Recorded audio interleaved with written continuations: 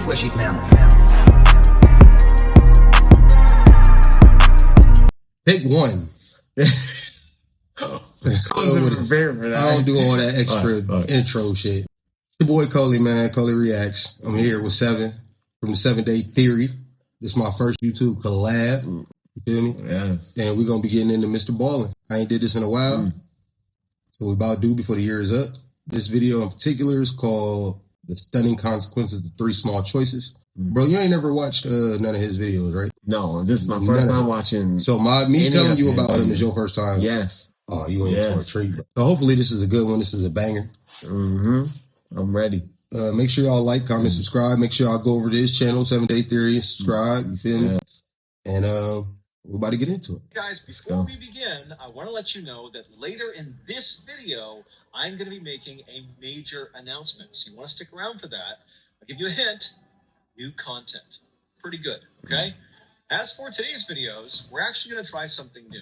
I'm going to tell you 3 stories about real people who had something totally unexpected and insane happen to them. Think like stranger than fiction, that type of thing. That not only changed their lives, but also changed the lives of millions of other people. Now, these stories are kind of a slight departure from what is normal on this channel. We know that. So please let us know in the comments what you think about this series. If you enjoy it, we will do more of them. But before we get into those stories, if you're a fan of the strange, dark, and mysterious delivered in story format, then you've come to the right place because that's all we do, and we upload once a week. So if that's of interest to you, please sneak into the like button's house and replace all of their very expensive, nice knives in their butcher's block with plastic knives. Also, please subscribe to our channel and turn on all notifications so you don't miss any of our weekly uploads. Okay, let's get into today's stories. Yeah, bro. I was reading that right. I thought I was saying it wrong at first. Right. Money on the line. This is the first story. Okay. I like the title. One late night in the summer of 1974, a 30-year-old man named Fred stood inside of a loud casino in Las Vegas, feeling incredibly nervous. He knew what he was about to do was a horrible idea.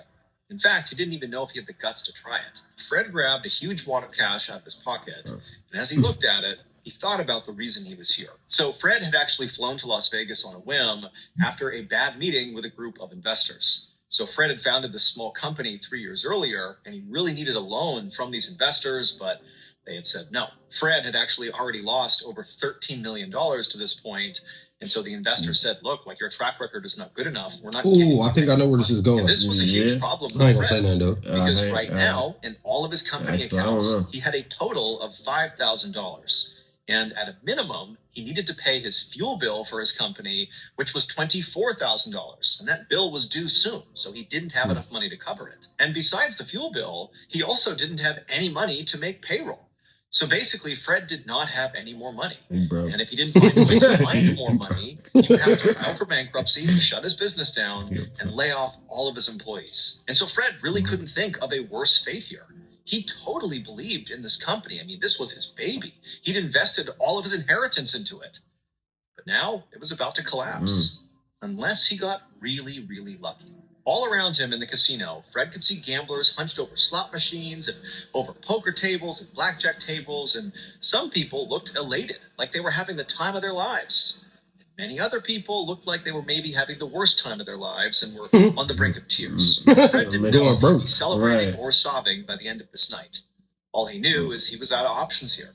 He could either do nothing and just kind of accept his fate, that his business was doomed and would have to be shut down, or he could do what he was doing tonight, which was to basically take what little cash he had and put it on a game of chance, basically gamble the money he had in hopes of winning enough money to keep his business going a little bit longer. And so after taking a calming breath, Fred began walking over to a blackjack table because someone had told him that of all the games you could play in the Las Vegas casino, the game with the best odds was blackjack. Fred chose a table with an open seat. He exchanged all his cash for chips, while he prayed that he was making the right choice here. Then, Fred began to play. For the first few hands, Fred was pretty cautious, only placing small bets. But he won all those small bets, and it kind of emboldened him. So he began placing larger bets, and he began winning those bets too. And in fact, it got to the point where he was winning so consistently that a crowd of strangers had formed behind the table just to watch Fred. But Fred wasn't even aware of the crowd behind him. He was so focused on every single hand. I mean, for him, this was like his life he was gambling with. And eventually, he got to a I definitely would have been paying attention to people around me, bro. Winning like that. Gambling huge sums of it all at once. And then eventually, when he had this big mountain of chips in front of him, Fred decided this was it. He was going to double down and go all in.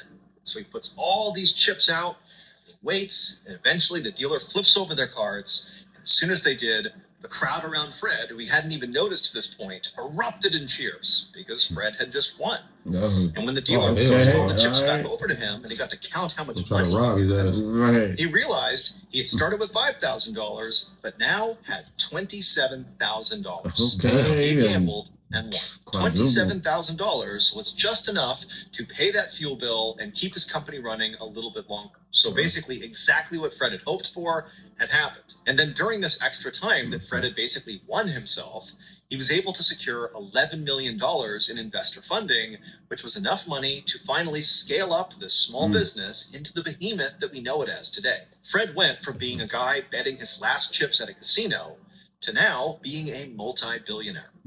Fred's full name is Fred Smith, and that little company that he scaled up on a gamble FedEx was FedEx. What? No way! No way! No way! What? Look, man, some shit is just luck. Some shit is just luck. Jeez, man, these fucking ads, bro. It didn't even play. Oh yeah, that's the ad. Okay. Yeah, it says every good story. There you go. Let me skip. God damn it. The voice. Yeah, let's play for him. Look, I'm so really patient.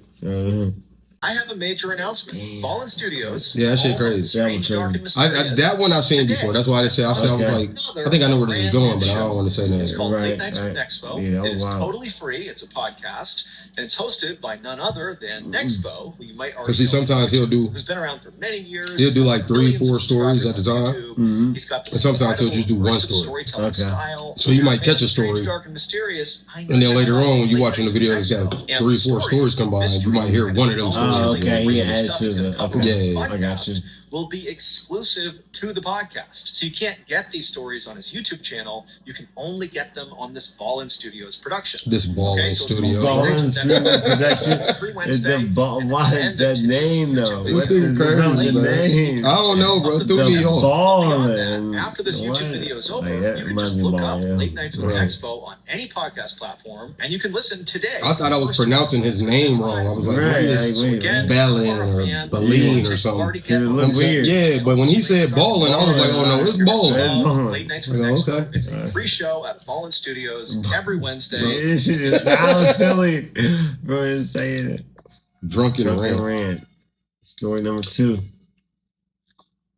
Drunken Rant. All right. One evening in the late 1980s, a man in his 20s named Norm walked into a house party in the Hollywood Hills, which is a very exclusive. I think this is the shit I was telling you about. I picked the wrong fucking video, bro. Nah, I want to hear this one. All these actors, you did tell me. I told him about this story already. And Norm, who was this kind of scruffy guy with long, stringy hair and who had no experience in the entertainment industry, shit crazy. knew he did not fit in here. It's crazy that I clicked on this video. Right. A party like this, if not for what had happened. That's good though. I gotta start telling you about these videos. Norm had gotten into a fight with his boss at the motorcycle shop where he worked. Oh, shit. Now, Norm and his boss never got along, but they managed to coexist for the most part.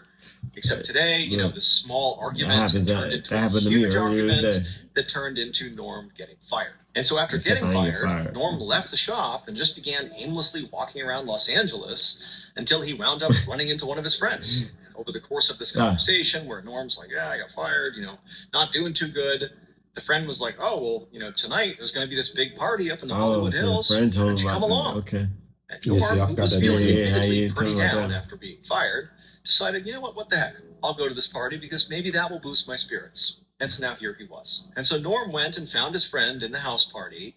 And for a little while, the party was pretty great. I mean, Norm felt kind of uncomfortable, didn't really know anybody. It was kind of awkward, but it was fine. You know, him and his friend were drinking and chatting, and his friend was introducing him to some people, and it was all good. Except Norm just couldn't shake the anger he felt about getting fired. Not only at the fact that he was now unemployed, which was a huge problem, but he also just felt mad at his boss. How dare his boss do this to him? And so to cope with this, Norm just began drinking really heavily, like way more than anybody else at this party. And before long, Norm was completely plastered drunk. But it would turn out getting totally smashed did not calm Norm down. In fact, if anything, it only made him more blind with rage about what had happened to him. And so naturally what he did is he departs his friend and pushes through the crowd of people, and he goes up to the second floor where there was this balcony that overlooked where basically everybody in the house was. You see how he let you know it's real footage? He'll also let you know if it's fake footage. He screams out to the crowd of these people that he doesn't even know, these Hollywood people. Basically screams at them to stop what they're doing and listen to him. And everyone did. They like turned around and looked up at this guy like, what's going on here? And Norm just begins delivering this totally angry rant that kind of didn't even make any sense. I mean, he's drunk, but he's basically ranting about how mad he is and this horrible injustice that's been done to him, and just on and on. He's just pouring out all of his emotions, and everybody's just kind of looking at him like, what is going on here? It was like a train wreck, you know? They couldn't look away. Eventually, Norman finished up his big, rambling, humiliating speech, and he stepped away from the railing, and everybody down below who, you know, had been wrapped to this point, but now was kind of like, whatever. They went back to the party, and Norm just stood up there kind of taking in the scene. And suddenly he felt a tap on his shoulder. And he turned around and he saw there was this person he didn't recognize. And this person says to Norm, hey, have you ever considered acting in a play? It would turn out that person was a Hollywood producer, and they were putting on a play in LA. And they really liked Norm's look, the whole kind of scruffy vibe, but even more as they watched him deliver that totally angry, drunken rant that he managed to get all these people to listen to, that it was obvious he had natural charisma and he could command an audience even when the audience had no idea what he was talking about. And so ultimately, this producer literally offered Norm an acting job, and Norm, who really didn't have aspirations to be an actor, but now needed a job because he had just been fired that day, you know, he's unemployed, he agreed. He said, okay, I'll act in your play. And so Norman would act in this play, and he would do such a good job, despite the fact that he totally was not an actor. He literally was a drunk guy at a party who randomly got recognized by some producer. But regardless, he acts in this play, and he is such a natural and does such a good job that he gets noticed by other Hollywood producers and casting directors. And before long, he lands a starring role in the hit TV show, The Walking Dead. What? Norm's full name is Norman Reedus.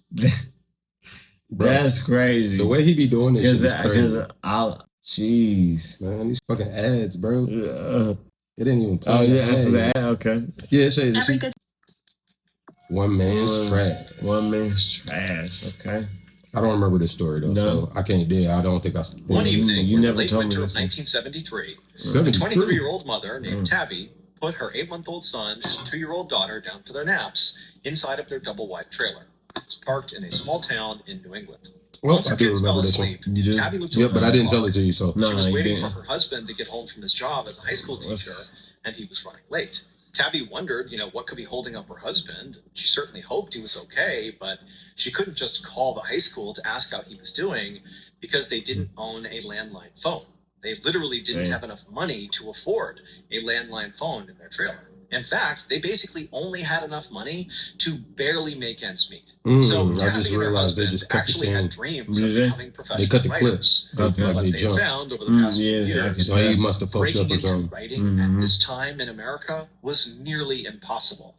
They had gotten a few stories published here and there, but for the most part, the only thing their writing had gotten them was a whole bunch of rejection. And so as a result of this, both of them had taken day jobs to basically supplement the income that was not being generated from writing. Tabby was home with the kids, and then in the evening worked some shifts at a Dunkin' Donuts. I was about to call them monsters. In addition to being a teacher, also worked at a laundry. But even with their 3 jobs combined, they barely made any money.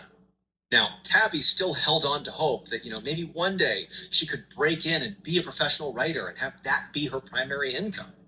But her husband, who also, had the same dream, was over time becoming increasingly more pessimistic about his opportunity to, one day just articulate. So it felt like this truly was impossible, that they'd struggle forever and he wouldn't become a writer. Tabby walked to the tiny laundry room in the back of their trailer to switch their clothes from the washer to the dryer. So this room, the laundry room, actually doubled as her husband's office. As soon as she walked back there, she saw his desk was a total mess. All around his typewriter, which sat right in the middle of the table, were all these empty beer cans and food wrappers and rejection letters and various applications. And the trash can next to the table on the ground was overflowing with crumpled up pieces of paper. Feeling very annoyed by this mess, Tabby reached down to tie up the trash bag to take it outside. But as she went to do that, she happened to glance at one of these crumpled up pieces of paper in the trash, and she skimmed a couple of sentences that were written on it, that were typed on this paper. And as soon as she did, she stopped, because there was something really interesting about this writing. Now, she knew her husband had written whatever was on this page, but generally speaking, her husband always shared with her anything he had written, and she would read everything. And there was something about this text that she knew she had not read it before. Like, this was different. Clearly, he wrote it, but she had not seen this before, and so she was curious.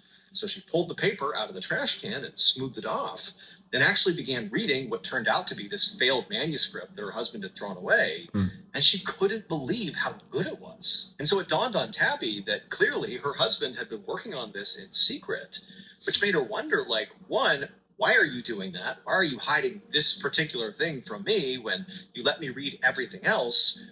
And two, again, this is so good.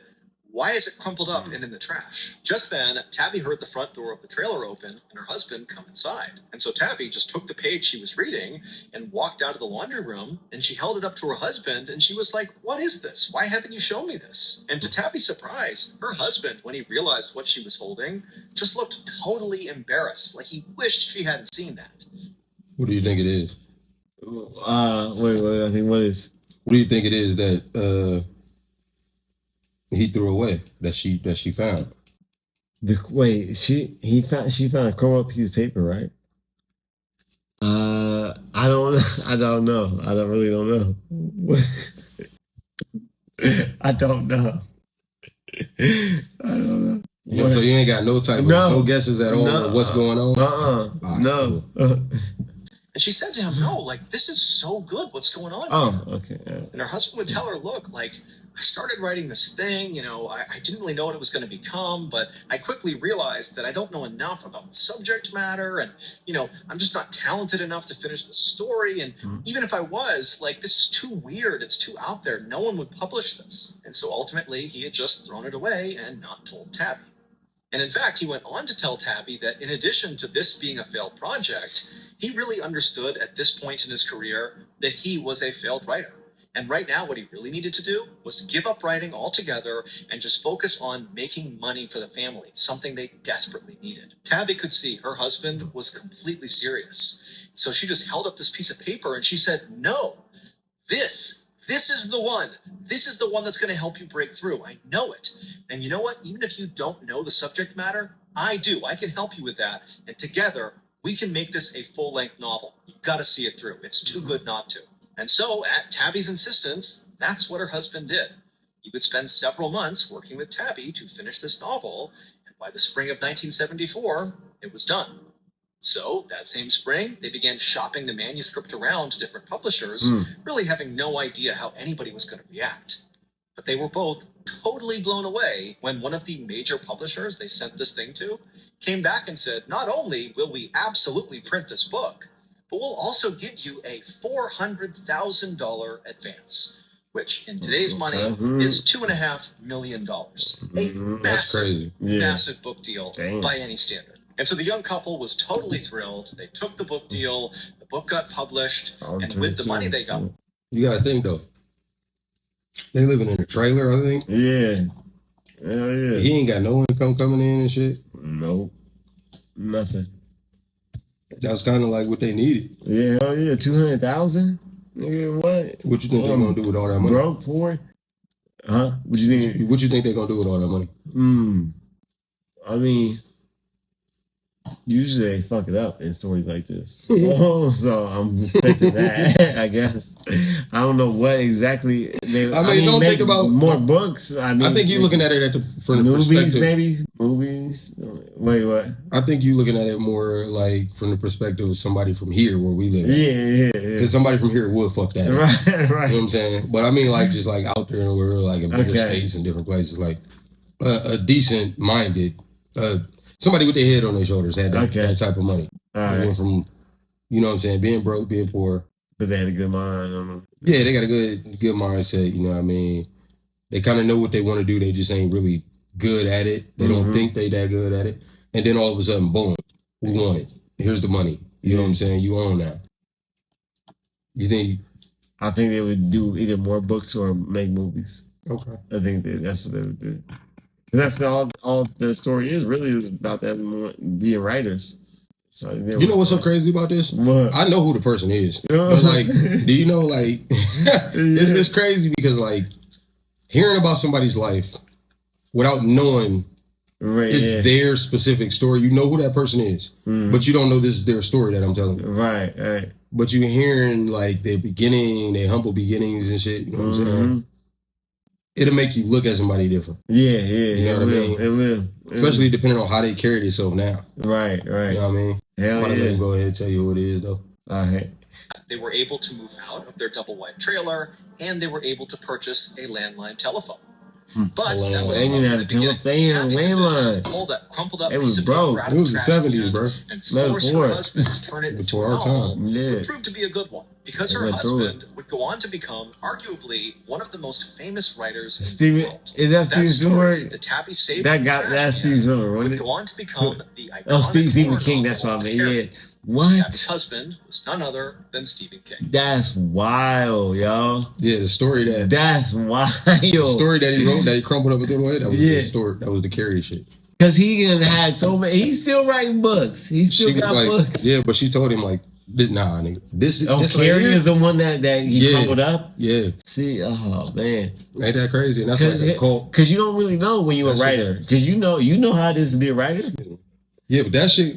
Carrie alone got a cult fan base. Yeah, He got his own cult following. Yeah, myself being one of them. Prolific. I'm one of his biggest ones. So you gotta imagine when I seen it was him, bro. Because I watch everything Stephen King. I don't think there's a Stephen King movie out there that I ain't seen. For real. Which is fucked up because I want to react to one on the channel, but you still can though. You still can. Nah, not if I seen it already. You still can. We don't do that shit over You here, can still go read. So you know what I'm saying? Right. Like that's why I was like when it started getting into it, I was like, oh yeah, I think this one of them. I know I know where this is going because I started picking up on shit, and then I'm like, then I seen the motorcycles, and I'm like, oh fuck, that's the story I told him about earlier. He gonna probably put it together. Yeah, nah, I didn't put this together. No, I'm talking about the one with dude from The Walking Dead. One I did, yeah. This one. No. I didn't tell you nothing about the story for real. I just told you he was one of the stories. I didn't tell you how it went though. Yeah, and I didn't even remember that when I was watching it. I didn't remember that either. Don't smoke weed, kids. Yeah, right. It does. But nah, I don't know, man. You feel like doing another one? Yeah, we do it. We ain't gonna do it, MrBallen. We're gonna do like do it. We're gonna do either a chills or a nuke top 5.